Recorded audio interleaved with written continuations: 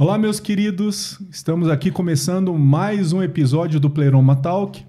E nessa noite nós temos aqui o prazer de conversar com o Dr. Bruno, que é nosso colega de profissão. Obrigado. Né, Bruno? Bem-vindo. Né? Te agradeço já de antemão você ter vindo aqui. Obrigado pela gastado o seu tempo aí com a gente. Né? O Bruno, ele é psiquiatra, já trabalha aqui há bastante tempo, formado em Curitiba, né, Bruno? Formado em Curitiba. Curitiba formou medicina, né? Medicina. E aí Porto Alegre... Foi para Porto Alegre fazer psiquiatria, né? E foi uma... Você estava conversando aqui comigo em off, foi um evento, porque o Bruno sempre teve assim, uma atuação dentro da área de clínica, depois queria fazer um pouco de cirurgia. Já quis muita coisa, mas aí a vida vai destinando e vai colocando no caminho que hoje em dia eu entendo como o melhor que poderia, né? E se encontrou também, né, Bruno? Me encontrei, me vi psiquiatra. O sonho era ser médico, né? E daí eu achava que médico completo era cirurgião. Aí, enfim, pelas idas e vindas, aí acabei na psiquiatria, me apaixonei logo de cara e realmente é uma coisa que eu gosto até hoje. Fico no consultório sem paciente lá, só por ficar. Só para aproveitar, né? Só para aproveitar. Ô, Bruno, deixa eu perguntar uma coisa. As pessoas às vezes perguntam bastante a respeito disso. Alguém na família era médico? Ninguém, né? Ninguém. Foi no peito também, né? Ninguém. Eu também fui. Ninguém, nem antes, nem depois. Não... Tem aí os mais novinhos que sonham, que querem ir. Imagino que alguns deles vão entrar, mas até então só eu. Meu pai é da área da saúde, da área da odonto, da radiologia odontológica. Que legal. Mas na medicina é só eu. Só você. Seu irmão? Meu irmão é agrônomo. Agrônomo, foi para outra área. Outra área. Agrônomo, pescador, outra linha. Construtor, tá fazendo aí algumas coisas. E você desde cedo já queria a área médica? Desde cedo. Esse é um sonho, não é uma vontade. É uma coisa que desde pequeno sempre vislumbrei, sempre visualizei. E a PUC, nesse caso, foi um investimento familiar. Muito. Foi um sonho. Era uma vontade, inclusive. A minha mãe sempre falava assim, não, filho, você vai para a PUC, você vai para a PUC. Porque eu estudei a vida inteira no Marista. Então, essa PUC é Maria. Então, aquela questão... Mesma assim, filosofia. Continuação da escola, né? Continuação. Boa universidade, então extremamente competente. Eu posso dizer que eu sou marista do começo ao fim, né? Fui do jardim até a faculdade. É verdade. E a PUC em si foi uma boa escola, gostou bastante. Muitos amigos aqui também, né? Muita saudade, uma escola excelente e, assim, de medicina muito boa. Se eu não me engano, esses rankings aí de faculdade de medicina, se eu não me engano, é uma das melhores das particulares, né, do país. Muito, muito legal. Enfim... Muita tecnologia. E também encontrou muita gente legal na turma, né? Sim, na faculdade, meu Deus. Não, amigos também, né? Contemporâneos que estão aqui também. Ah, né? Sim. Temos alguns aqui. Aqui em Ponta Grossa tem alguns colegas, né? Aqui tem... de sala tem 3. Tem eu e mais 2. No caso, é o Omar? O Omar é um amigo meu amigo, né? Enfim, irmão. E daí tem mais... que é neuro. E tem mais o Eduardo, que ele é lá do norte do Paraná, ele tá por aí. Que legal.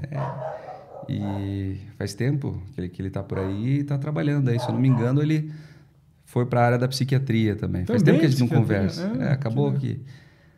Faz tempo que a gente não se fala, mas nas vezes que a gente se falou recentemente, ele tava dizendo, fiz psiquiatria também e tal. Opa! Mas eu não sei assim, o que ele anda fazendo, enfim. Certo. E falando assim, um pouquinho, que nem a gente estava conversando, como... surgiu a psiquiatria propriamente dito, né, na sua vida, você estava falando que foi muito pela experiência de convívio com os pacientes e aquilo foi brotando, né? Como é que foi isso, Bruno? Sinceramente, assim, uma das grandes coisas que me fez... claro, um incentivo de uma grande amiga minha que estava junto com esse meu amigo Omar num jantar, ela falou, cara, faz psiquiatria. Deu, aquilo ali...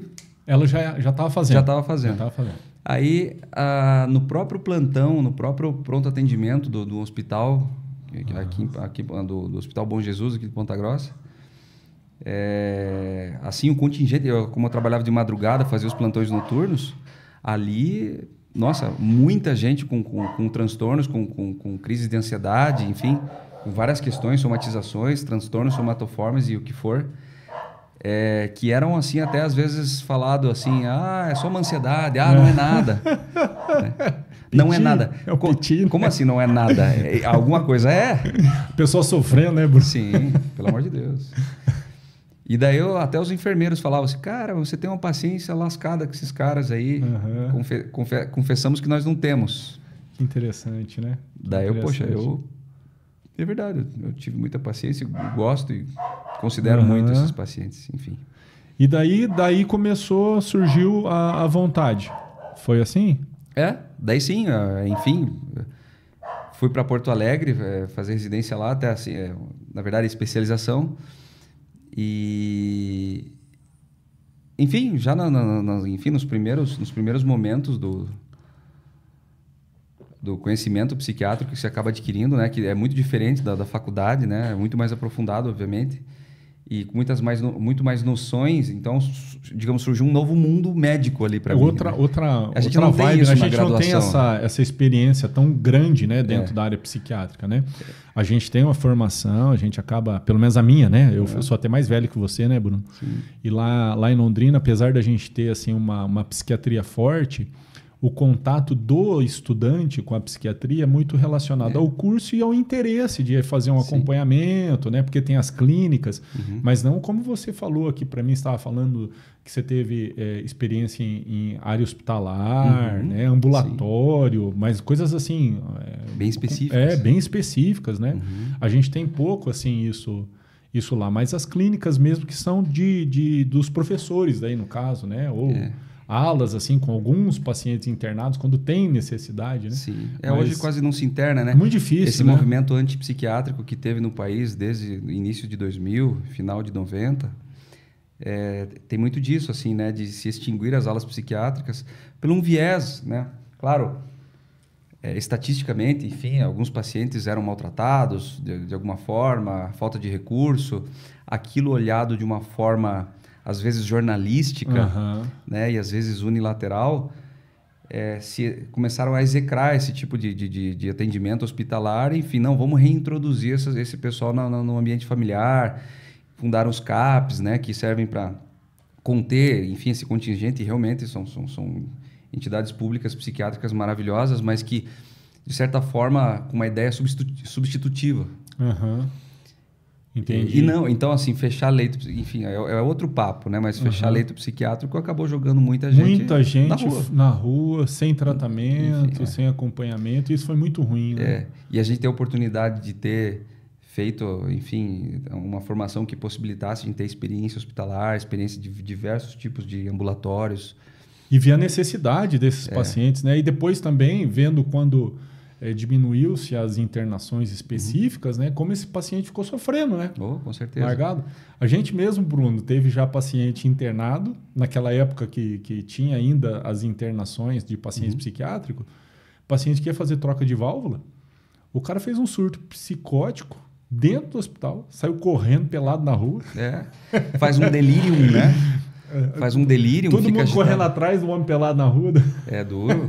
Aí ele ficou internado, compensou, voltou posteriormente, deu uns 2 meses, 3 meses depois. Mas isso já após operado? Não, antes. Antes. Imagino que ainda ofegante, alguma coisa, né?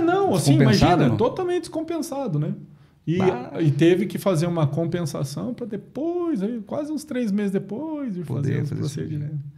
Mas para você ver como é importante, né? Mas que eu digo, descompensado também do ponto de vista cardiovascular. Não, de tudo, com necessidade de operar. E tal, com necessidade de operar, imagina isso, né?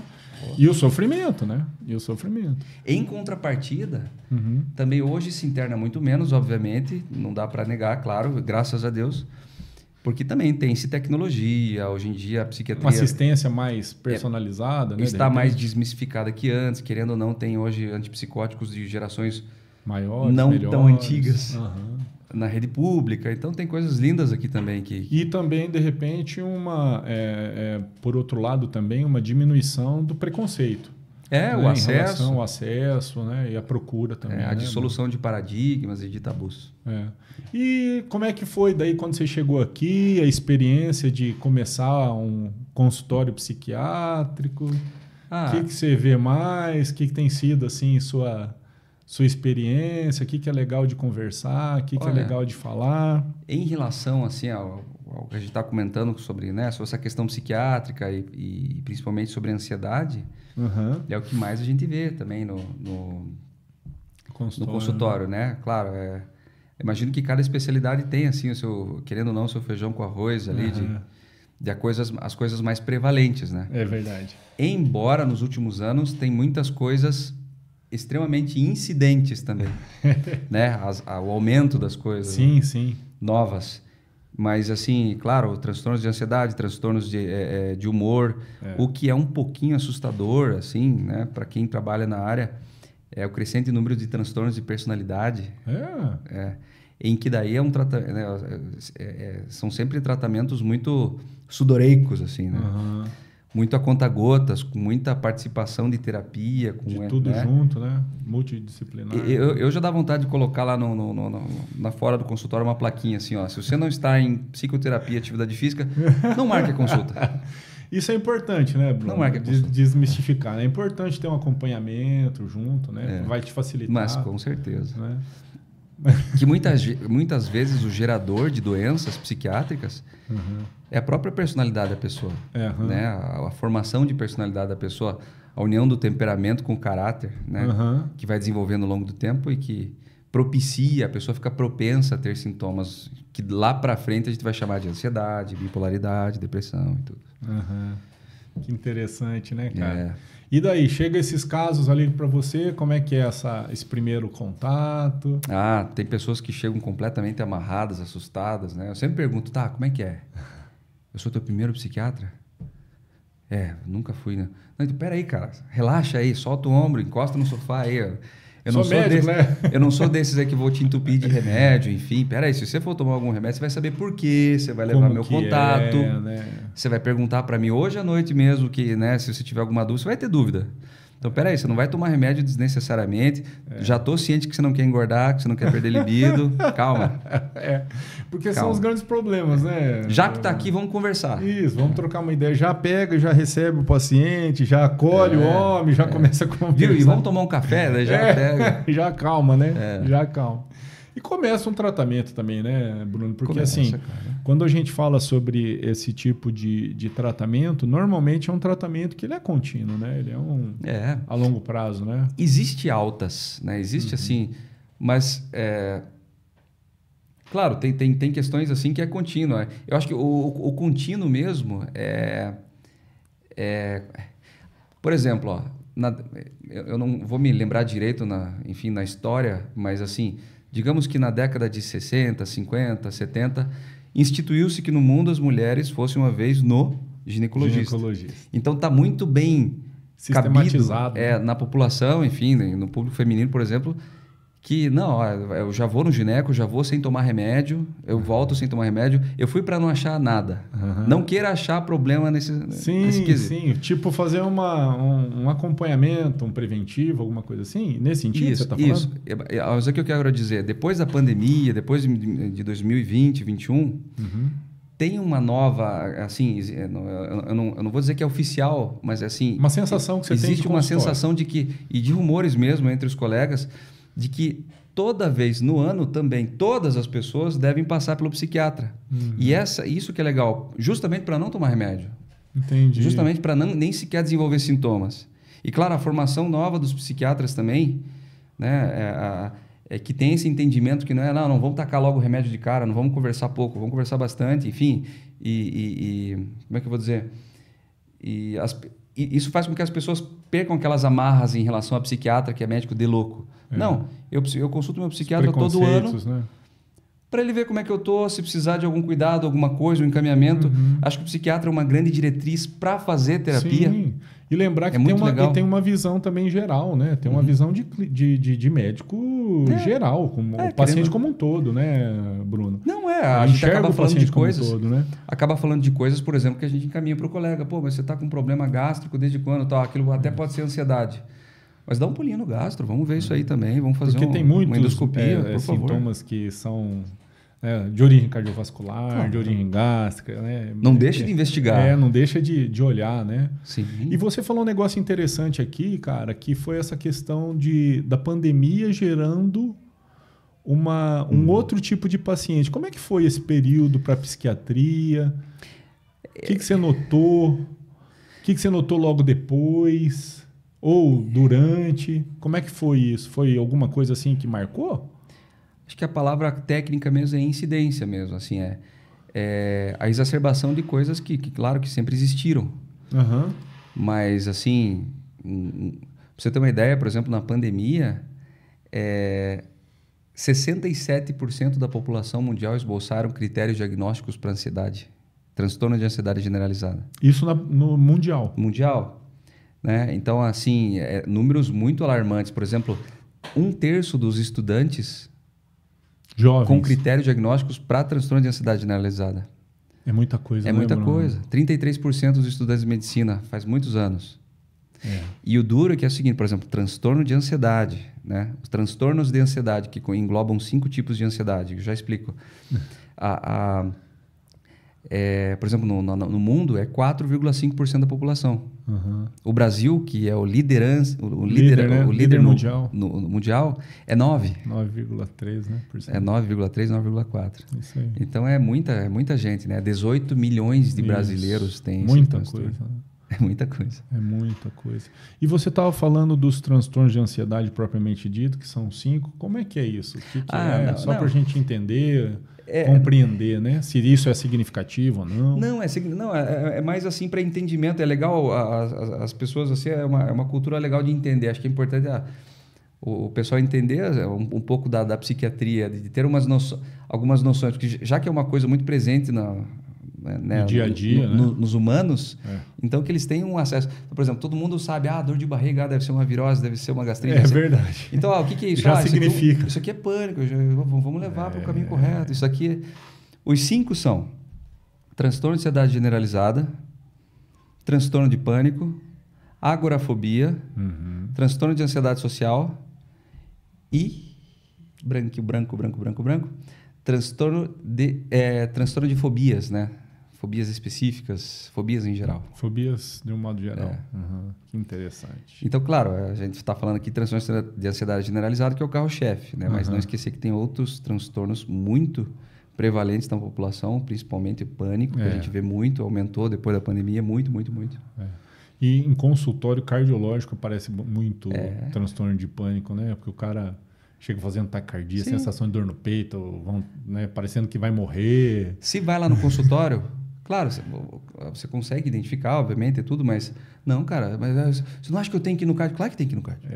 Não, mas a gente faz o contrário também. Mas peraí. Eu faço o contrário também. Eu vejo lá, faço, lógico, vou pedir uns exames para ter certeza que está tudo tranquilo, né? Cara, isso é ansiedade. Até porque existe muita incidência de doenças cardiovasculares, mas, cara, com certeza a gente também tem que encaminhar e entender que existe ali um tratamento específico e precisa fazer um acompanhamento. Robson, isso é uma coisa que até gostaria que, enfim, com todo respeito e com carinho, que os colegas prestassem atenção numa coisa. Assim, não, isso não é nada. Não, pelo amor de Deus. Isso não, você não tem nada. Não, você não tem nada cardiológico, você não tem nada gastroenterológico, você não tem nada, enfim, oncológico. Mas você tem sim um troço muito difícil de dar, não difícil, mas muito complicado, que gera muita morbidade. Não, difícil, Bruno, sabe por quê? Eu falo assim, inclusive. Quando a pessoa tem ali uma artéria entupida, que você precisa fazer uma angioplastia, por exemplo, né? Cara, é uma coisa que, assim, é mais fácil muitas vezes, estou falando da minha perspectiva, de você tratar, porque você chega ali, é objetivo com aquilo, do que eventualmente você conseguir tirar o sofrimento, que é um sofrimento de um cara que está com pânico. Demora a resposta do tratamento, não é tão rápido assim, o cara sofre igual, entendeu? Se não for pior, porque o cara sempre está achando que está morrendo. Claro. Né? Não, é avassalador, assim. A gente sente o desespero no olhar da pessoa, no número de mensagens que ela manda. Manda para você. Que, né, com todo gosto, com todo carinho. Cara, olha, não peça desculpa por mandar mensagem essa hora. É que você está ansioso, cara. Me escute aqui, ó. Tome o medicamento corretamente. Esse calmante que eu te dei, não tenha dó de tomar. Agora é hora disso. Tá pegando fogo, você usa extintor. Que legal. Você já vai parar com isso aqui, você vai ver que daqui a uns 10 dias vai começar a fazer. Eu tô aqui do outro lado.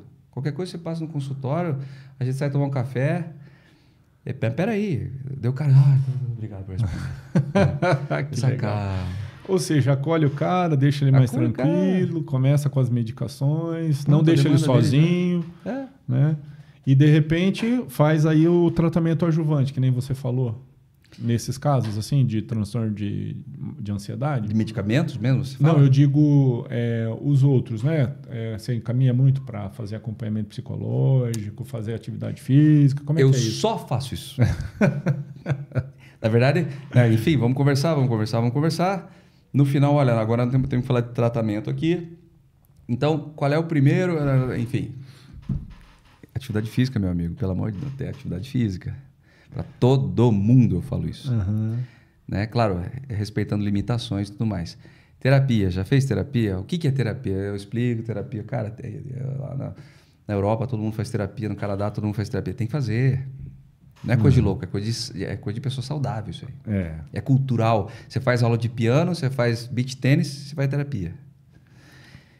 E aí sim, remédio, se necessário. Sim. Intervenção médica, né? Intervenção se for preciso, né?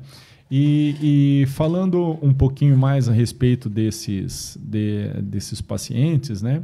Então você começa, você também sente que muitos têm assim uma mística em relação aos outros tratamentos, assim, medicações. Muito, toda hora. Assim, é surpreendente também as pessoas que estão cada vez mais propensas a aceitar o tratamento, até mesmo por conta do desespero, do mal-estar que a pessoa está tendo, ela desfaz essas amarras, né? Esses preconceitos.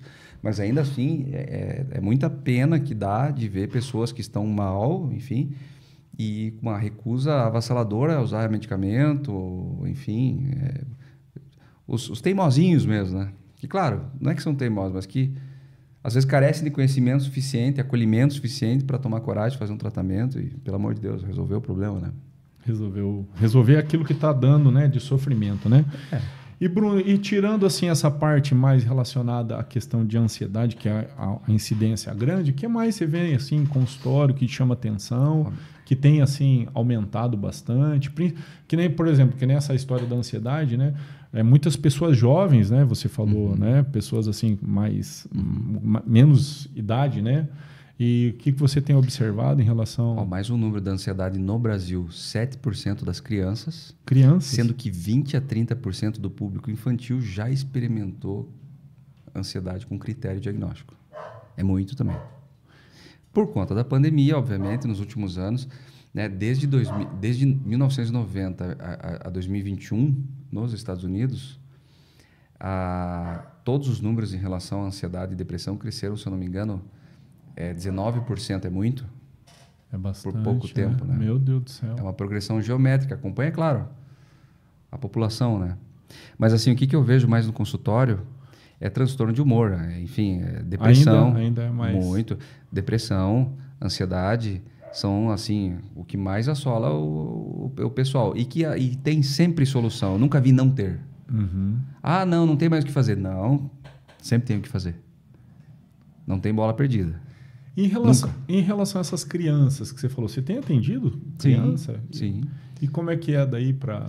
O pessoal pergunta, você tem título de psiquiatria da infância e adolescência? Não. Porém, eu me sinto à vontade de atender. Experiência tem, né? Tem bastante vontade de atender. O público infantil,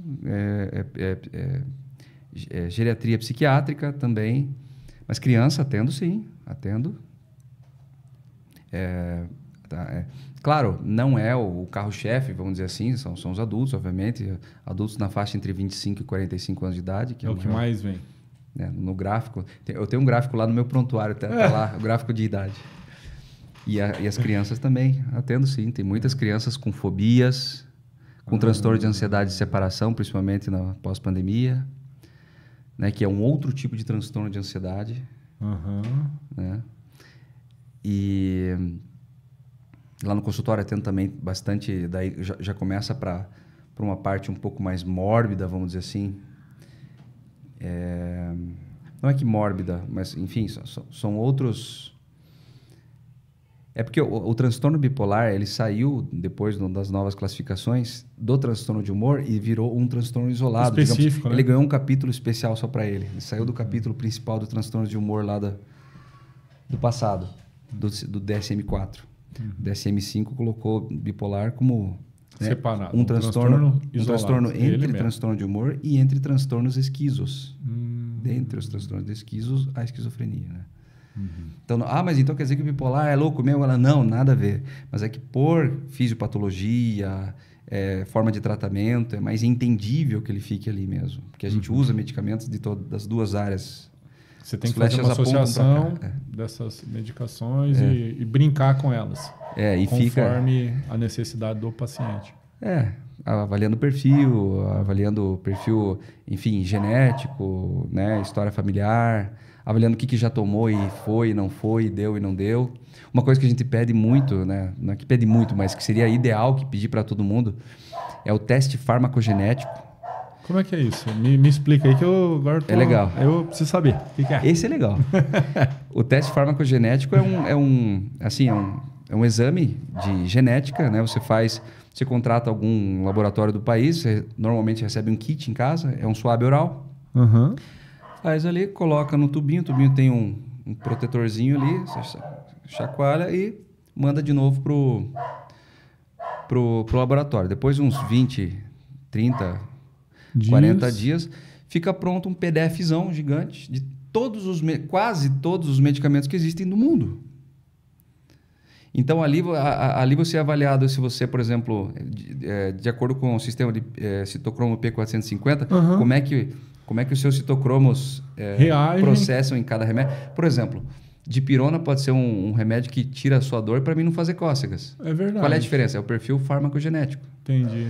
Então, legal. Quando o cara vem na psiquiatria, você imagina que o cara eu já sou o 7º psiquiatra do cara, o cara não aguenta mais esperar remédio fazer efeito.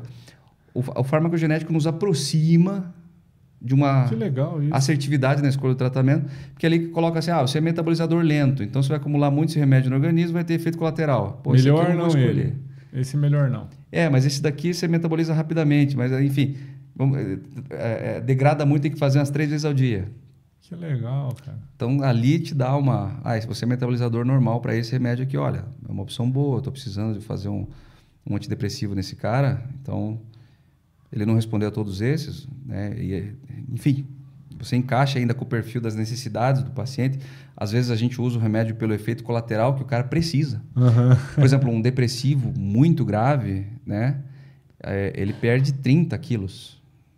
Né? Uma cirurgia bariátrica. Bastante. Daí você dá um mirtazapina, por exemplo, pro cara. Um pouquinho a vontade de comer. Excelente. Já melhora. Mas daí o cara engorda muito. Não, o cara volta no que ele precisava ficar. Daí, claro, faz atividade física, se fortalece, a coisa recupera. Vai melhorando, né? Você dá subsídios para que ele vá melhorando e daí vai voltando a vida social e tudo mais. E em relação a essa questão, muitos pacientes que você acaba fazendo o teste? Na verdade, os que concordam, os que entendem o que é isso... Entendem a importância. Os que... infelizmente, os que têm condições de fazer esse exame é um pouco mais caro. E também, assim, o quão desesperado, infelizmente, a pessoa está, né? Ou quanto já passou também por medicações, né? Porque às vezes o cara chega e você fala, cara, você é minha última esperança. Daí eu falei, se eu sou tua última esperança, então abre um leque de mais 797 esperanças dentro de mim. Me dá uma chance. Vamos lá, peraí, deixa eu conhecer, deixa eu saber como é que é isso aqui, peraí. Não desiste, não é a última tacada, não. Dentro daqui vai ter várias tacadas e espera acertar na primeira. Né? Agora, isso tudo é importante também, né, Bruno? Porque, assim, na nossa área já existe isso. Imagino que na sua, então, deve ter também, né? Muitas pessoas chegam e falam assim, olha, o senhor está tendo um problema na pressão? Eu tomo esse remedinho aqui, ó. Esse remedinho aí vai ser bom para você também, porque para mim deu esse bom efeito. Toma esse daqui também, que esse daqui é bom, né? Para pai e para filho, isso até que funciona, né? Porque tem a questão, Os pacientes eles tendem a trocar informações sobre remédio. O problema é se automedicar também. Não dá, né? Não dá. Não dá para fazer isso. Não dá. Não é legal. Pode. No momento de desespero, uma pressão, eventualmente pode fazer até um melhor efeito, mas o cara tomar um remédio que. É que tudo, né? Na medicina é assim, né? Você fez um troço. Se deu certo, deu certo. Agora, se dá errado. Se deu errado, é muito errado, né? Aí lascou. E é muito problema para resolver daí, né? Daí fica... Não, a gente tem que pensar na qualidade de vida do cara. Não se... E outra coisa, pelo menos eu posso falar sobre mim. Todos os meus pacientes têm o meu contato.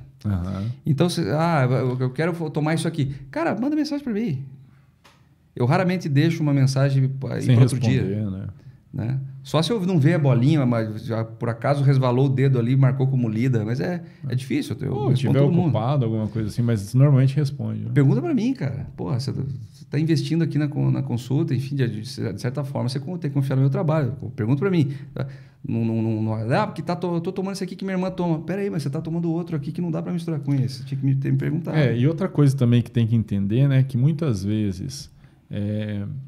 o tratamento, ele é muito individualizado, né? É um artesanato. Veja só, você faz aí um exame específico para ver se o cara tem, né? Como que está sendo o perfil de resposta ao tratamento desse paciente. Aí o cara chega lá por qualquer tipo de problema. E muitas vezes pode ser também relacionado à questão financeira ou outras coisas, né? Ou efeitos colaterais, que nem você falou, né, Bruno? Sim. Às vezes o cara começa a sentir alguma coisa e para a medicação ou muda a medicação. Né? Isso acontece com a gente, por exemplo. Né? Aí, assim, cara, você fica perdido. O que você vai fazer? Pois mas que você fala assim, por exemplo, na escolha dos Não, você faz todo um trabalho pensando, né, na questão de começar um tratamento. Por exemplo, vou falar da minha área, que daí você vai entender a contextualização que eu estou te falando. Tem pacientes que chegam lá multimedicados por hipertensão arterial. A gente pega pessoas assim com muita dificuldade de tratamento de pressão arterial. Então tá tomando 2, 3 remédios. Aí o cara, poxa, você pega lá e faz uma associação de medicações, o cara pega ou por causa do preço, ou porque teve um efeito lá, o cara está acostumado, fica com a pressão muito elevada, ele começa a tomar medicação, cai, às vezes a sensação é de mal-estar. A primeira sensação é de desconforto. Nossa, deu uma tontura, deu um mal-estar, uma leseira. Aí o cara para e vai tomar outro remédio e fica hipertenso, entendeu? Aí ele chega para você e começa a reclamar. Ele chega para você e fala, eu tô com a minha pressão alta aqui, mas o que aconteceu? Aí ele vai falar para você, não, é que na verdade eu parei aquele remédio por causa do efeito, voltei a tomar aquele lá atrás, sabe assim? Aí você começa a contextualizar o que está acontecendo. Quando o cara, enfim, na minha área também, quando o cara começa, enfim, a reclamar, dizer que não está legal, eu falo, primeira coisa, me conta bem certinho. Me diga o nome do remédio e a hora que você toma. Eu tomo isso aqui. Tá, mas e aquele da noite lá? Não, aquele lá não tomei, não. Então, não, mas peraí. Aí você já descobriu o que aconteceu. Aqui a gente já faz o corte. Já definiu. Já faz o corte. Né? Então, vamos voltar. Tem que tomar, meu amigo. Por isso que é importante entender que o seu tratamento é um tratamento bem individualizado, conforme a necessidade, característica, genética, o que o cara responde, efeito colateral, o que você quer ou não no paciente. E não obstante isso, também tem toda outra questão psicológica, psicanalítica. Daí é uma coisa que imagino que você vai concordar comigo também. Claro que a gente não aborda isso tecnicamente, né? Até por não ter tempo, né? Mas assim, até por viés de ética, o que quer que seja, abordagens até mesmo assim de espiritualidade, não que eu vá dizer alguma coisa, mas assim... Faz parte, né? Faz parte da discussão, né, o que o cara faz da vida dele, que a gente sabe que, claro, tem... Essa questão é extremamente protetiva. Né? Mas então, assim, conversar sobre remédio, sobre diagnóstico, mas também sobre...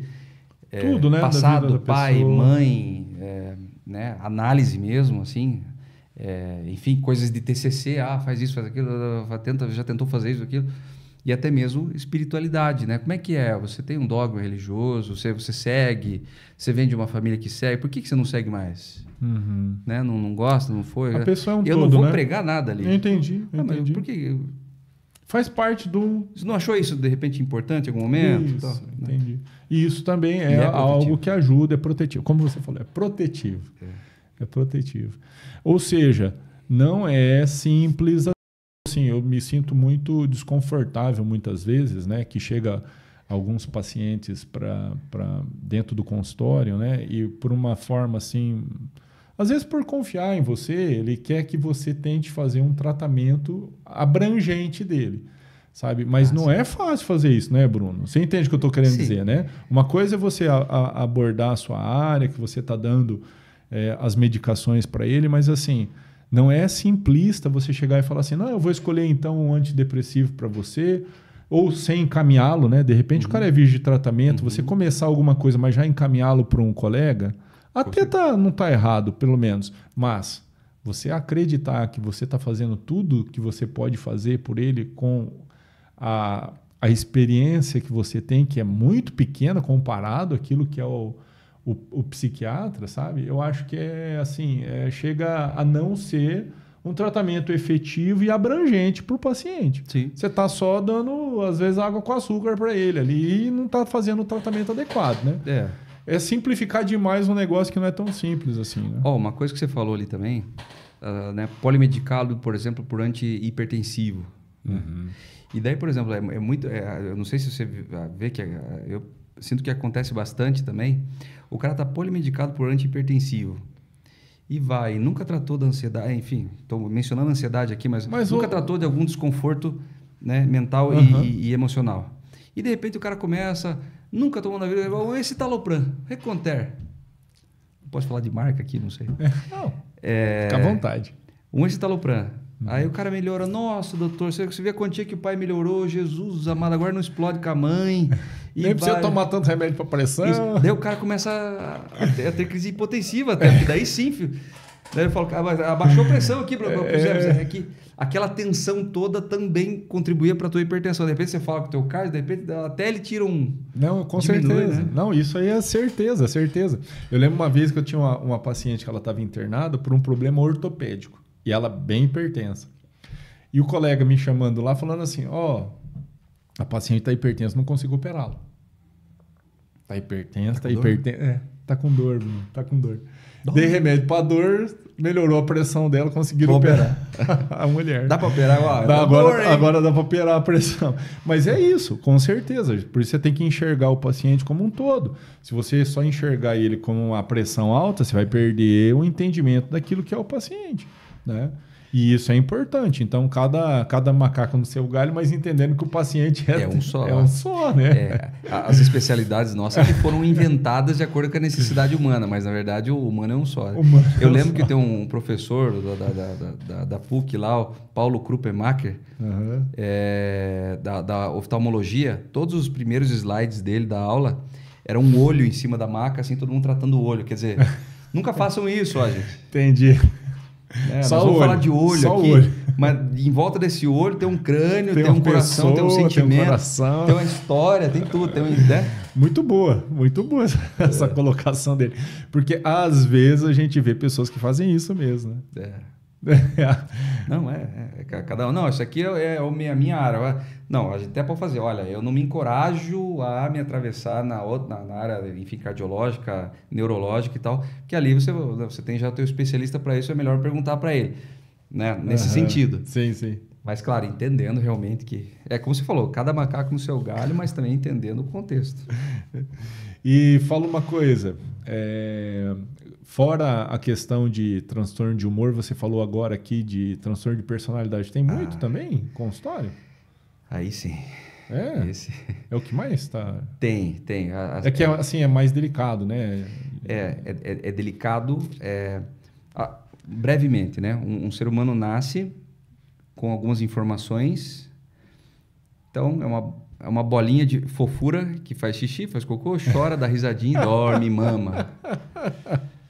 Mas ali já tem, naquela bolinha fofinha, já tem um temperamento. Você que tem mais de um filho, você sabe que veio da mesma fábrica. Ué, mas esse aqui... totalmente diferente. Meu Deus do céu, igual aquele outro.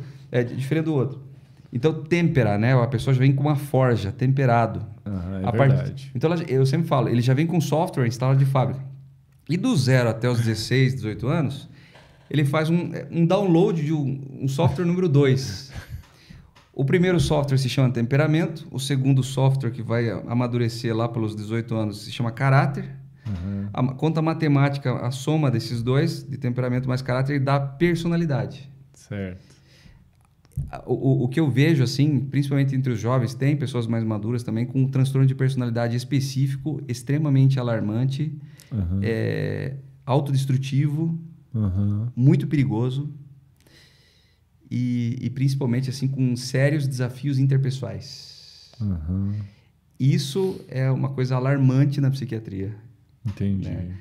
E esse transtorno específico de personalidade, que é o transtorno de personalidade borderline, quem já leu já sabe o que é isso, é um desafio muito grande para o médico, para o psicólogo, para todas as equipes, para os pais, enfim, para quem quer que seja, para os cônjuges e principalmente para a própria pessoa. E que muitas vezes é o grande gerador de sintomas. Aqueles pacientes que já passaram por critérios diagnósticos de depressão, de ansiedade, de bipolaridade, já recebeu diagnóstico de TOC, de TDAH, de tudo. Então, não, mas pode ser um transtorno de personalidade. E transtorno de personalidade, o tratamento, não existe tratamento farmacológico, a gente empresta de outras áreas. Da depressão, da bipolaridade, até mesmo de transtornos esquisos, usando antipsicóticos, né, para modular o humor. Mas o tratamento soberano é psicoterapia. E como eu acredito e sinto que tem muito transtorno de personalidade que é subdiagnosticado e vem de décadas tratando apenas depressão, fibromialgia, suposta bipolaridade, não é olhado para a personalidade da pessoa, eu acredito que é quase que impossível se tratar uma pessoa sem a ajuda de um psicólogo. Entendi. Eu sempre faço a analogia, assim, o ortopedista faz um trabalho maravilhoso, a ferida limpinha, a cirurgia perfeita, vai ver lá no raio-x, na tomografia, maravilhoso, cara, o ortopedista é sensacional. Mas quem vai recuperar a força desse cara, a elasticidade, né, tudo, é o físio. É um casamento perfeito.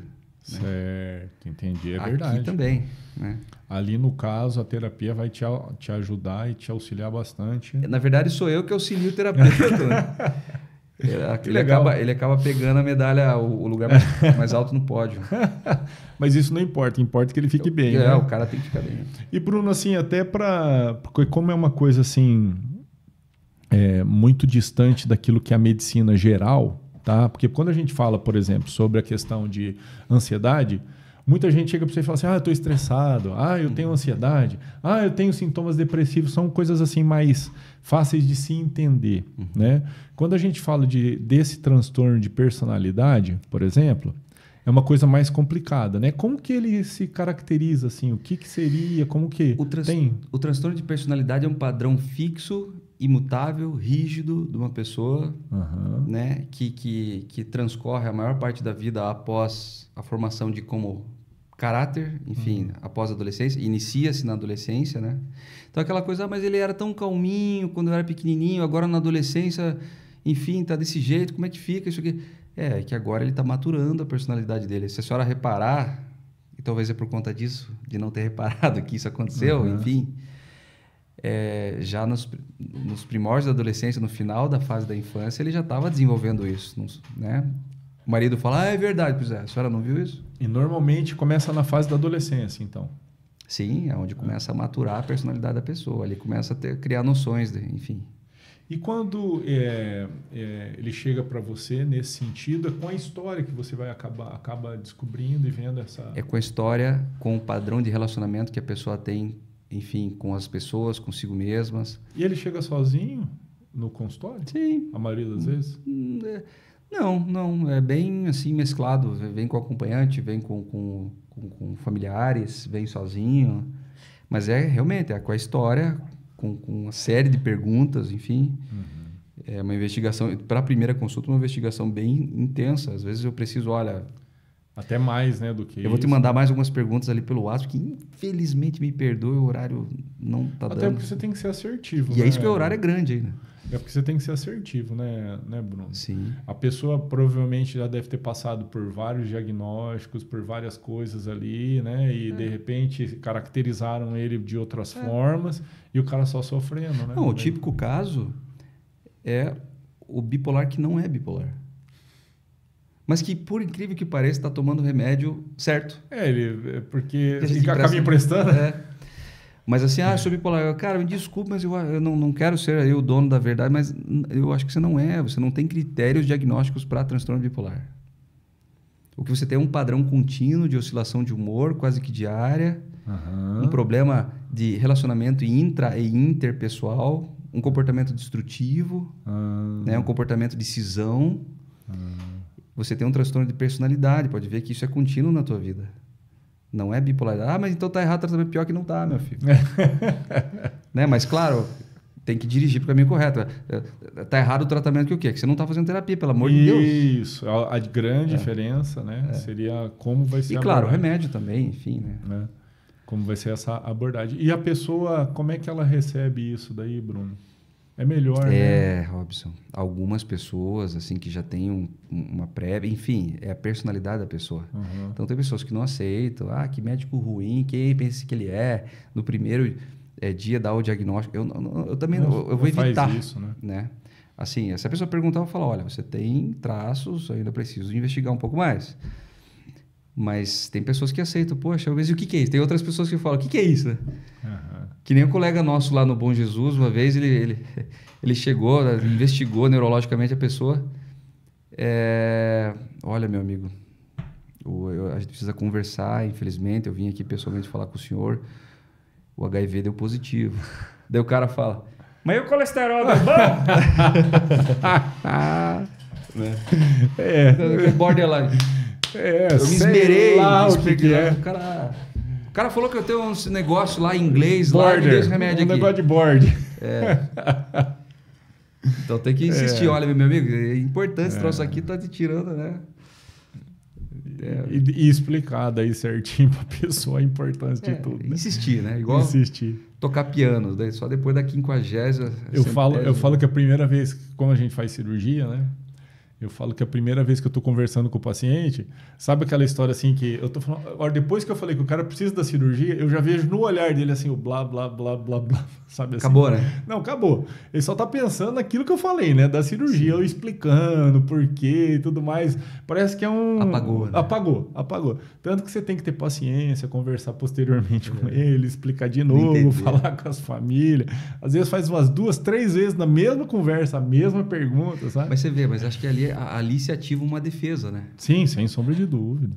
Então ali o cara dá aquela... Acho que inconscientemente dá aquela desligada para não entrar em colapso, né? Mas é entendível, é totalmente compreensível, né? Que poxa, precisou de cirurgia. A primeira coisa que o cara fala, ele já ficou naquilo. Cirurgia. E você tentando explicar todo o resto, a pessoa só está pensando naquilo. Né? Isso é natural, é uma resposta... fisiológica até, né? Uma defesa. É uma defesa, né? Fica no estado onírico, né? Agora, eu entendo assim também, por outro lado, né? Um paciente que nem todo mundo põe a mão, né, Bruno? Essa característica, né? Desses pacientes mais complicados. Como é que é isso para você? Por exemplo, assim, o gastro.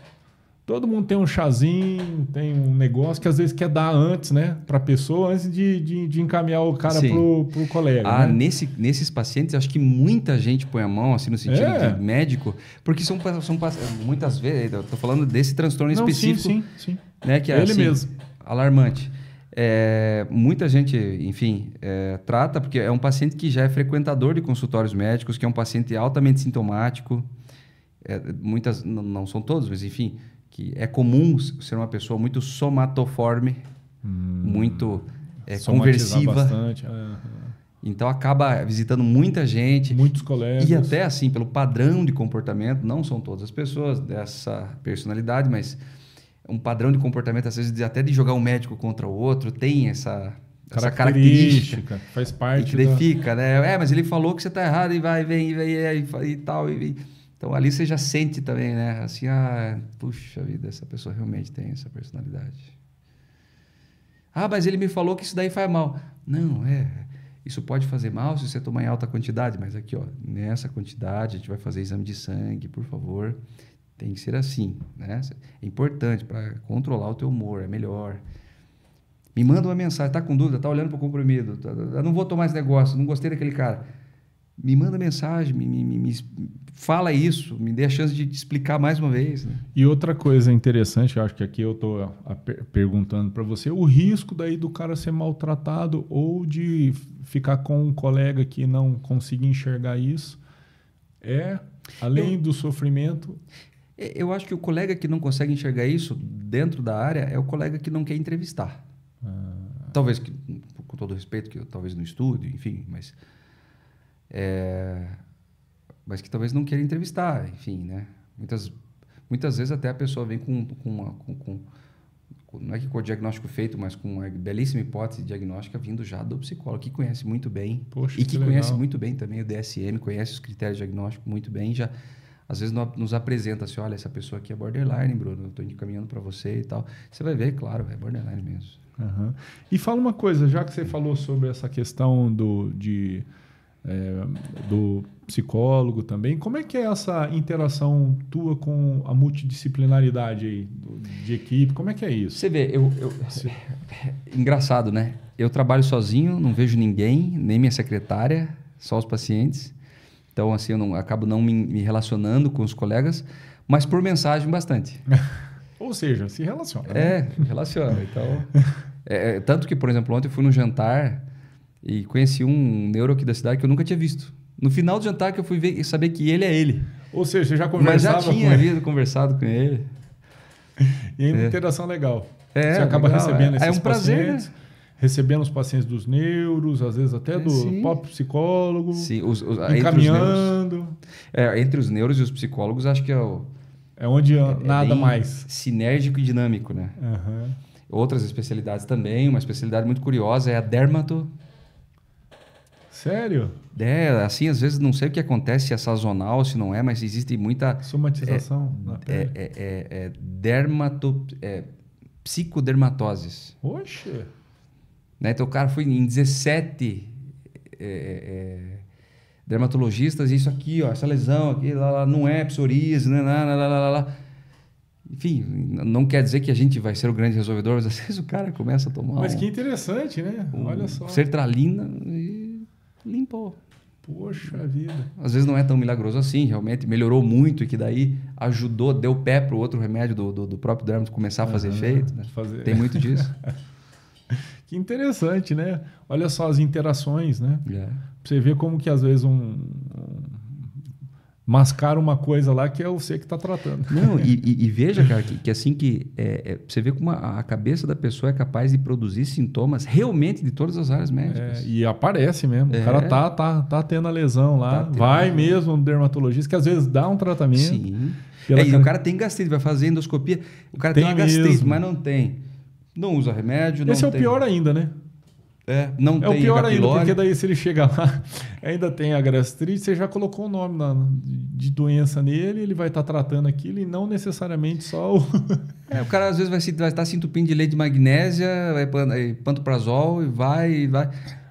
Melhora um pouco, mas não trata... É colocar o balde embaixo da goteira. É isso aí. Colocar o balde embaixo da goteira. Mas então assim, quero ressaltar que eu não quero dizer que a gente é o resolvedor das coisas. A gente está entendendo, né? Mas a gente está falando sobre a psiquiatria hoje. Hoje aqui ela resolve os problemas. Mas é apaixonante, né? É gostoso. É gostoso realmente. Hoje ela é a que resolve os problemas, cara. Na conversa aqui, é a que resolve. Então, assim. Isso é interessante, né? Essa interação, né? Com os outros colegas, que são os outros clínicos de outras áreas, que notam que precisam fazer esse encaminhamento, né? Para vocês e vice-versa, né? Tudo depende também, você vê como é que é, né? Assim, a gente está falando aqui de pacientes privados, muitas vezes, enfim, os que também plano e tudo mais. Mas, assim, se a gente for falar também de outras questões, assim, por exemplo... né? E no Brasil, assim, em todas as classes, como é que fica esses pacientes, né? Sim. A gente está falando de um cara que hoje pode consultar comigo, amanhã ou semana que vem com você, pode ir no neuro, pode investigar, pode tudo, mas às vezes você vê as barreiras que na psiquiatria são bem altas, né? Por exemplo, o cara vai marcar uma consulta no CAPS. Foi encaminhado pelo posto, CAPS, Deus o livre, os caras precisam de consulta só para novembro. E olha lá. Meu Deus do céu. Não, até lá não deu. Meu Deus do céu. Sofrimento. Eu imagino que todas as áreas são assim também, Sim, né? Várias áreas. Imagino sim. que tem áreas que são mais... Enfim, que até o próprio SUS, assim, que roda mais, que é mais consegue emergencial. ser mais ágil, né? Mas mesmo assim... Mas né? na psiquiatria também tem as questões urgenciais e assim, meu Deus, importantíssimas. As emergenciais vai para o hospital, só que ele vai para o hospital geral, leva alta. O cara vai para o hospital geral com pronto atendimento, para um UPA. Aí ferrou. Não, mas acho que você procura um psiquiatra depois. Né? Não, esse cara porque não é o colega especialista que está vendo, né? E hoje em dia, para internação, como é que seria assim, o risco de internação, a necessidade da internação? Eu sei que é menos, né? Mas como seria isso, Bruno? Quais são esses pacientes que precisariam? Quais são? Né? Quem seria? Primeiro de todos, dependência química. Né? Que é um dos braços da psiquiatria, assim, de estudos e de atendimento. Que é uma das subespecialidades da psiquiatria, né? Que é da infância e adolescência, dependência química, forense, e infantil e psicoterapia. As 5, né? Os 5 títulos que é possível ter aqui no Brasil. Quem são os dependentes químicos? São os primeiros, não todos, mas talvez seja o público maior, assim, de internamento. Tanto que muita gente vai ser internado por transtorno, por exemplo, por tentativa de suicídio, mas uma descompensação bipolar. E daí o cara sai revoltado da clínica, por quê? Porque eu fiquei no meio dos drogados, sabe? Certo. Por que lá, mano? A grande maioria que está internado são dependentes. Psicoses tem, sim, mas menos. A gente tem tecnologia para segurar isso. Só para explorar um pouquinho essa questão da dependência, que eu acho que é uma coisa que talvez, né? Como é que tem sido isso assim em consultório? Como que chega? Olha, eu não consigo... As internações ainda têm sido contra a vontade? Contra a vontade. Involuntárias, né? Ou compulsórias. As internações... Não, depende, assim, Robson. Tem sim pacientes... Tem pacientes... É que o internamento involuntário para a pessoa esclarecida, né? É difícil. Eu preciso de um familiar corajoso. Poxa, é muito ruim você ter que ficar acionando o Ministério Público, né? Daí o cara, vou te processar, você me cárcere privado. Cara, pelo amor de Deus. Claro que depois que o cara sai limpo, o cara fala, nossa, foi a melhor coisa. Né? Os dependentes, eles falam isso. Muitos deles, a maioria, imagino eu, assim. Alguns revoltados, talvez por transtorno de personalidade prévio, nunca vou entender. Mas então, assim, dependência química... descompensação de transtorno bipolar, principalmente na parte maníaca, no polo positivo da bipolaridade. Que, por exemplo, um homem de 1,90 m, maníaco, que é o oposto da depressão. Quer exuberante. Ganhar o mundo. Quer ganhar o mundo, quer conquistar tudo. Como é que faz com esse cara? Às vezes uma hospitalização mais curta, até para dar uma compensada, uma diminuída, né? Até fazer a psicoeducação familiar. Olha, ele vai voltar para casa. Como é que é? Com quem que eu falo? Como é que vai ser? Para a pessoa entender, Bruno, como é que seria, como que se manifesta essa pessoa que está em mania? Essa pessoa que está mais para cima. O depressivo dá para você entender aquele que está lá, né? Agora, o que está em fase maníaca, só para um jeito simples para a pessoa. Em fase maníaca, pelo menos uma semana ou mais de sintomas completamente diferentes da característica da pessoa. Então, todo mundo já começa a notar que a pessoa está completamente alterada, fala mais palavras por hora, está hipersexualizado, está inconsequente com dinheiro, né? Está inconsequente de uma forma geral, está sem ponderação alguma, né? Muitas vezes a pessoa está até um pouco mais calma, assim, mas está com ideias mirabolantes. Ali pode acontecer por exemplo, os discursos grandiosos. E ali você vê que começa mesmo uma questão esquizo. Muitas desses pacientes deliram mesmo. Começa a ter delírios grandiosos. Mas é esquizofrenia, não. É a parte são delírios. E é uma pessoa que está extremamente acelerada, dependendo da característica da pessoa, né? A pessoa pode ficar muito agressiva, aí é o problema. Autoagressiva. A pessoa pode ter um quadro maníaco muito forte, misto com depressivo, em que ele tem um risco iminente de suicida. Interessante. Então, assim, olha a característica e a complexidade que é tudo isso. Boa. E é claro... E a internação é para proteção, né? Proteção claro. dela. Não, é proteção. O tempo todo pensando na pessoa. Por favor.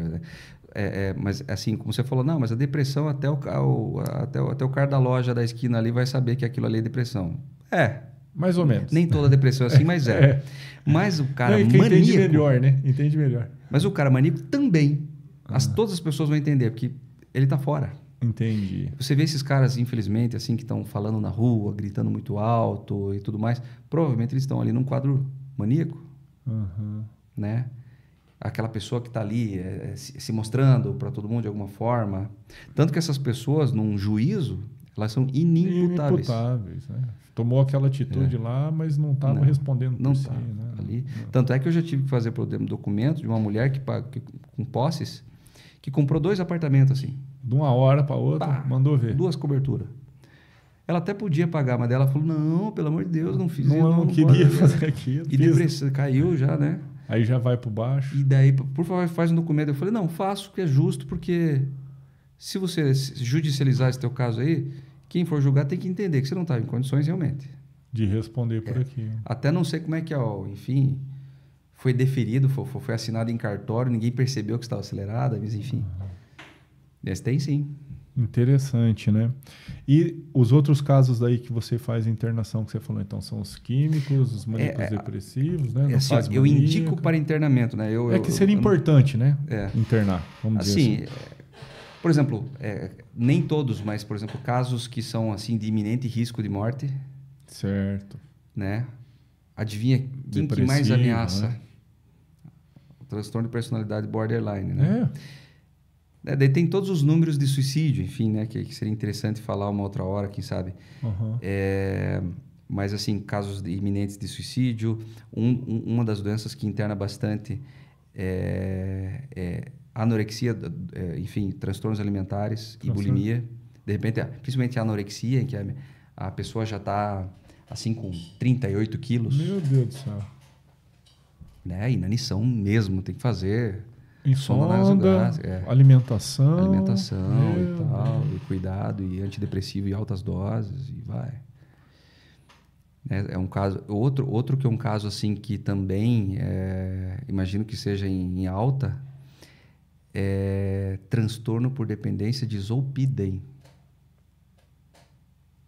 É claro que a gente nunca vai citar nomes, mas eu tenho, assim, até... pessoas da área médica, por exemplo, que tomam zolpidem assim sublingual, uns 2 quando acorda, mais um no meio da manhã, outro depois do almoço, e mais uns 17 de noite. Meu Deus, isso tá comum. Tá. Não é que tá comum, tá assim, tá um pouco assustador. Agora é igual o jogo do tigrinho, sabe? Pegou um troço assim. Chegou numa proporção. Porra, que assustador, né, cara? Por isso que estão controlando agora o uso. Tentando, pelo menos. Eu já tenho minhas ressalvas em relação à Anvisa, né? Às vezes, assim, nos nivela por baixo em relação à arbitrariedade e cerceamento prescritivo, né? Entendi. Que eu os critico por isso, mas, de fato... Essa foi uma acertada deles. Dificulta a nossa vida. É que muito mais, às vezes, dificulta do que facilita, né? Isso quer dizer. Né? Não, enfim, o papo da Anvisa é outro papo lá, né? Mas só para entender quando você colocou essa objeção, né? É só nesse sentido, né? Para facilitar, eventualmente, aquele paciente que você precisa que ele tome as medicações. Né? Acho que é nesse sentido que você está querendo dizer. Que o zolpidem a gente viu assim que ele pode ser muito mais potencial de abuso do que um próprio benzodiazepínico antigo, como o Rivotril, por exemplo. E realmente acabou sendo para muita gente. Abuso. Então, essa é uma das pessoas que internam que também. Internar. Mas, assim, a cocaína no Brasil, eu realmente acho que é o que mais interna de tudo. E é uma... E, cara, daí você fala assim, mas por que tem que internar esse cara, né? Você não tem tecnologia para segurar esquizofrenia e tudo mais? Porque esse cara, com todo respeito e carinho, às vezes ele precisa ficar mesmo preso. Ele precisa sair da realidade dele, ele tem que sair do contexto do meio, dele. Né? Ele tem que fazer um reboot mesmo. Ele tem que virar uma chave. E ele só vai sair mesmo se ele virar essa chave. Nenhum remédio vai fazer ele parar. Você sabe, Bruno, quando eu estava ainda no curso, a gente ia nas clínicas, né? Porque, assim, eventualmente são clínicas particulares, né? Que faziam as internações e aquilo que você falou. A maioria Era drogadicto mesmo, né? E lá tinha alguns períodos que a gente fazia acompanhamento, aí que eu fazia a gente acompanhava nas reuniões como se fosse entre eles, né? Tem um nome específico as reuniões, como se fosse terapia de grupo, vamos dizer desse jeito, e a gente conversando ali. Né? Dos dependentes químicos? Dos dependentes. NA, né? Narcóticos, não sei. Mas assim, era naquele momento da internação, né? Tá. Entendeu? Então, assim, e foi uma coisa muito interessante, porque a gente só acompanhava escutando, né? E depois, lógico, saía daquele ambiente, o professor, que era, no caso, o psiquiatra que estava lidando, a gente conversava as coisas separadas que fosse pertinente ou interessante aquele processo. Mas eu lembro muito bem, assim, que tinha uma moça naquela época que ela estava internada por drogadicção, tinha já passado pelo período de desintoxicação, estava melhor até, prestes a sair de lá. Só que o contexto social dela, assim, muito difícil. E eu comecei a imaginar isso, porque ela ela morava do lado do cara que fornecia a droga para ela, que por acaso era o namorado dela. Ah, tá. E daí você faz todo um tratamento para desintoxicação, uma internação que nesse caso era particular, porque era uma clínica privada, né? Sim. E, cara, ela ia sair de lá e eu comecei a pensar, meu Deus do céu, como é que vai ser essa mulher colocando ela no mesmo contexto e na mesma circunstância? Isso daí é uma questão de discussão governamental, eu acho, assim, até porque se você colocar isso nos gastos para com a saúde, você imagina que você vai deixar um cara... Digamos que esse cara estivesse... É difícil hoje estar em nome do SUS. Ah, difícil. Embora esteja, porque hoje em dia esses caras estão nas fazendas de terapêuticas, né? Nas comunidades, a gente chama de CT, comunidades terapêuticas. Normalmente provém de grupos religiosos, filantrópicos. Entendi. Que funcionam pra caramba. Entendi. Sabe? Mas enfim. Substitui um pouco. Mas agora você imagina esse cara que está lá, que não está produtivo, que está comendo e tudo mais. Você tem que pensar nisso também. Né? Ele fica 9 meses lá. Você imagina que, querendo ou não é que eu gasto, mas o investimento que foi feito para esse cara. Sim. Ele sai no segundo dia, pum, cai. Poxa, né, cara? 9 meses. Daí você fala, não, meu filho, vamos lá de novo e tal. Tem mais tanto tempo. Né? Então você vê que como é que isso, até por números, até por dinheiro mesmo, querendo ou não, né? A gente vive num mundo em que, né, às vezes é dinheiro o negócio também. Você vê assim, o gasto público que é isso. Existem alguns números americanos em relação a internamentos psiquiátricos no geral que gira na casa de bilhões, né? Faz parte do PIB do país. Né? Então, assim, o gasto que é... Outra questão ali que não, também é muito abrangente, mas, por exemplo, legalização da maconha ou de outras drogas. Certo. Querendo ou não, nesses países, por exemplo, se eu não me engano, na Califórnia ou Nevada, aumentou-se em 3.000% o internamento psiquiátrico, não por maconha, de fato, mas por transtorno psicótico. Esquizofrenia induzida por droga. O cara já tinha um substrato. Todos os caras que fumam baseado lá, a maioria não vai dar nada, vai ficar só lesado, enfim, tá. Mas um ali na roleta russa vai psicotizar. E é idiosincrásico. Você não Numa sabe bola só já deu. Numa hora vai desencadear. E pronto, deu pronto. O cara desenvolve um transtorno clássico, né, padrão mesmo, psicótico mesmo, com tudo que tem direito, com paranoia, com agitação, saiu. E olha o gasto. E não pode não voltar nunca mais. Como diz o professor Requião, lá de Curitiba, de psiquiatria. O Requião era o professor de psiquiatria lá, se eu não me engano, da Nossa Senhora da Luz, no tempo da faculdade. Ele falava, a gente sabe para onde esses caras todos vão, a gente só não sabe se volta. Se volta para o lugar. Ou seja, desagregou e desagregou. Desagregou, né? E daí você vê, hoje é o último paciente, agora, antes de vir aqui, é esse, um quadro de transtorno psicótico, seguido depois por características muito mais bipolares, que o precursor de tudo foi um baseado. Foi o tiro. E esse cara insiste. Eu falei, cara, olha... Não. Pra você, acabou, filho. Não pode. Mas a democracia é essa, o outro pode. Meus amigos, é minha realidade, Bruno. Meus amigos. Pois é, me desculpa. Todos eles podem, Mas você não pode, cara. Você deu uma de mãe pra ele. Você não é igual a todo mundo. Você não é igual a todo mundo, rapaz. Você não é todo mundo. Né? Mas assim, é difícil Sim, guardadas as devidas proporções. É isso que você tem que falar pro cara, velho. O cara não é todo mundo mesmo. Interessante. Ou seja, a droga ainda é um grande problema. E sempre vai ser. Psiquiátrico é um dos grandes problemas. É um dos grandes crescentes problemas, inclusive. Porque a gente vive numa sociedade dopaminérgica. Assim. Né? Então, quer dizer assim, o que nos dá recompensa nesse batidão do dia a dia? Comer, que é a coisa mais fácil. Prazeres. Os gordinhos. Uhum. Sexo, que às vezes pode ser difícil. Compras, que às vezes não cabe não na é realidade, muito fácil. mas muita gente se estrepa. E a droga, que é a coisa mais dopaminérgica que existe no mundo. Pra você ter uma ideia, existe um gráfico para crack, que é assim, ó, um chocolate suíço é o número 4. Um orgasmo sexual é o número 9. Certo. E a pira do crack é 400. Você tá brincando. Nothing else matters. Então pode, de repente, com essa característica, com pouco uso, o cara já ficar extremamente dependente. Acabou. Há quem diga que já é na primeira. Olha o tamanho do perigo. É muito. Então, quer dizer, o cara conhece uma realidade completamente deturpada. E alguns deles entendem que aquela é a verdadeira realidade. Não, a gente vive numa bolha, numa matrix. Aí começa uma psicose, né? Principalmente a psicose advinda da maconha e do LSD.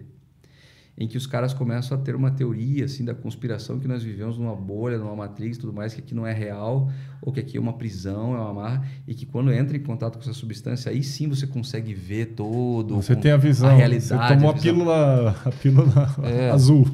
Isso. Você, né, daí como é que você, né, negociar ali? Não é que vai negociar, mas o cara também precisa entender que ele precisa de um tratamento ali. E o cara está insistente. Não, você não está entendendo, doutor. Eu sei a existência, não sei das quantas. Meu amigo, mas é que isso que você está falando também tem a ver com a tua desconfiança da fidelidade com a tua esposa, que também você chutou teu cachorro esses dias porque você achou que ele era um monstro, e também você não está brincando com seu filho, que você sempre brincou, e você já faltou no trabalho e tudo mais. Você não entendeu que você está disfuncional? Perdendo a sociabilidade, perdendo prejuízo no emprego. E você está insistindo num troço cósmico. Ou seja... Você tem boleto para pagar, meu filho? Onde você está? Né? Você tem a realidade, está lá, teus 2 filhos, tua esposa. Mas isso não é na real. Isso é realíssimo. Essa que é a real. Essa que é a realidade. Cara, volta. Eu sei que você gostou, mas não é compatível com a tua vida. Certo. Poxa, Bruno, diferente. Difícil isso, hein? Difícil. Ou seja, gostei aqui de entender algumas nuances aí daquilo que você colocou hoje aqui. Aprendi bastante coisa, cara. Aprendi bastante coisa. Lógico que tem mais dúvidas aqui também, que a gente vai ter que conversar outras horas aí. Será um prazer, eu gostei bastante. Mas fale aqui, Bruno, se você puder deixar... Eu queria que você deixasse... A gente está chegando aí 1h e pouquinho. Se você fosse deixar recados para as pessoas... E se você fosse, depois, terminando esse recado, como que você poderia falar aí dos seus contatos, contato de consultório, eventualmente como a pessoa pode marcar uma consulta com você, tirar uma dúvida. Aqui a gente falou bastante coisa e o cara provavelmente se identificou com alguma coisa. Né? Pô, que legal. Né? Espero ter sido útil. Você sempre é. Acho que a principal coisa que eu acho que todo mundo tem que entender não negligenciar necessidades emocionais, ou melhor assim, por exemplo, desfazer um pouco das amarras, das resistências, né? Tentar reconhecer, enfim, que às vezes o corpo fala, como é que eu vou dizer, de outra forma, né? Você sempre acredita que, eu estou com um problema disso, problema daquilo, enquanto que você tem questões emocionais para tratar. Uma das grandes coisas que eu peço para todo mundo e para mim mesmo, acho que talvez a principal para falar hoje, custe o que custar, faça algum tipo de atividade física. Ótimo. E se puder, por favor, também terapia. Você vai menos no meu consultório. Agora, os próximos dados que eu vou falar, que são meu consultório e tudo mais, você nem vai lá, porque você primeiro você vai lá. Enfim, eu perco o paciente com isso com prazer mesmo, brincadeira à parte, mas assim, como é que faz para proteger? Como é que faz para proteger? Cara, não tem. É atividade física.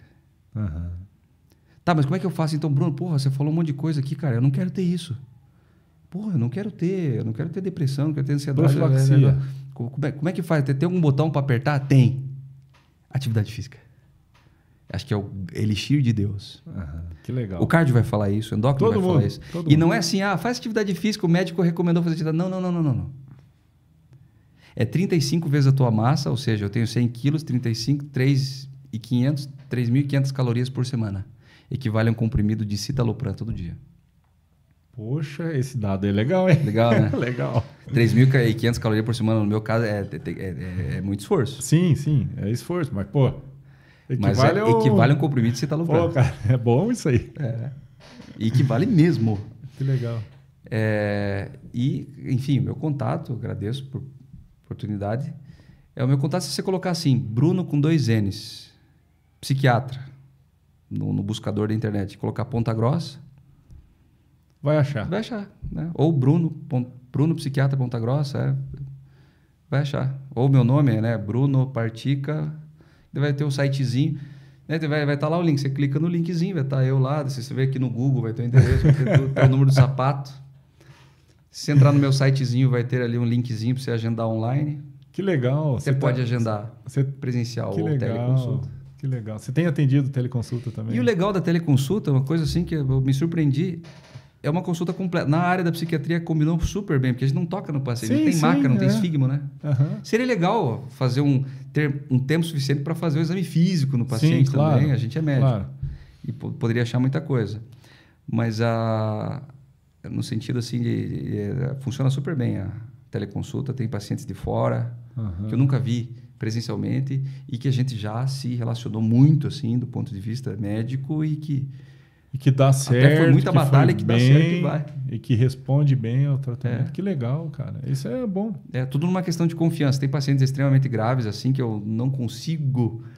Né, eu preciso estar mais palpável, falar, cara, você precisa vir aqui, ou então, por favor, vamos pegar um médico aí da tua cidade, a gente vai precisar de uma ajuda um pouquinho mais de perto, cara. Que legal. Me dá o telefone da tua esposa aí, vamos... Trocar mas você tá me encaminhando para outro. Não estou te encaminhando, eu quero ficar a par de tudo, mas é que precisa de algo mais presencial agora, daí eu tenho que ser sincero. Mas é verdadeiro, é raro, né? É mais difícil. Que interessante. E no seu site tem essa informação também que dá para marcar. Agendar consulta, você vai ser encaminhado para um outro linkzinho lá, tem os horários disponíveis e tal. Também tem o celular do consultório, da secretária, né? Às vezes a pessoa precisa, muitos pacientes só procuram na urgência, né? Eu sei bem o que é isso também. Aí tem uma listazinha de espera que roda bem rápido, a secretária é ninja. Ela é bem rapidinha, né? Ela é ninja, ela consegue o horário. Precisa para amanhã. Eu não posso garantir, mas pode ser que surja para amanhã, peraí. Ela vai dar um jeitinho, vai... mas tem lista de espera. Não é que ele desespera. Ele desespera imediata, não quer dizer que é lista de espera, né? Mas para hoje e agora, tem uma listinha de espera, assim. Que legal, Bruno. Poxa, muito legal saber que, inclusive, você tem aí essa disponibilidade de consulta online. Isso é muito legal também. Legal. Então, tem o site, procurem Dr. Bruno, psiquiatra aqui em Ponta Grossa, Dr. Bruno Partica, vai dar... Já vai ver lá. Vai ver todos os dados, vai ver os dados do consultório. Você que tiver alguma dúvida, se você se identificou com alguma coisa, marque uma consulta com ele. Sim. Pode ter certeza que nós vamos ter outros momentos aqui também que nós vamos conversar, né? Com certeza, para mim vai ser um prazer. Porque assim, foi bem interessante e como é interessante a gente poder escutar ali algumas características, né, particulares de cada especialidade. Sim. Bem interessante, viu, Bruno? Sim. Tem papos psiquiátricos para tudo que é lado, né? Então, por exemplo, assim, eu falaria horas aqui, por exemplo, de psiquiatria e cinema. Olha que legal, cara. Eu falaria horas aqui também sobre psiquiatria e música, principalmente rock, né? Que é da minha área. Que você gosta. Então, tem algumas curiosidades bem legais ali, assim. Então nós vamos remarcar aqui outras conversas com o Dr. Bruno. Mas, de qualquer forma, quero te agradecer por você ter ficado até aqui. Deus abençoe e continue nos acompanhando. Um abraço para todos.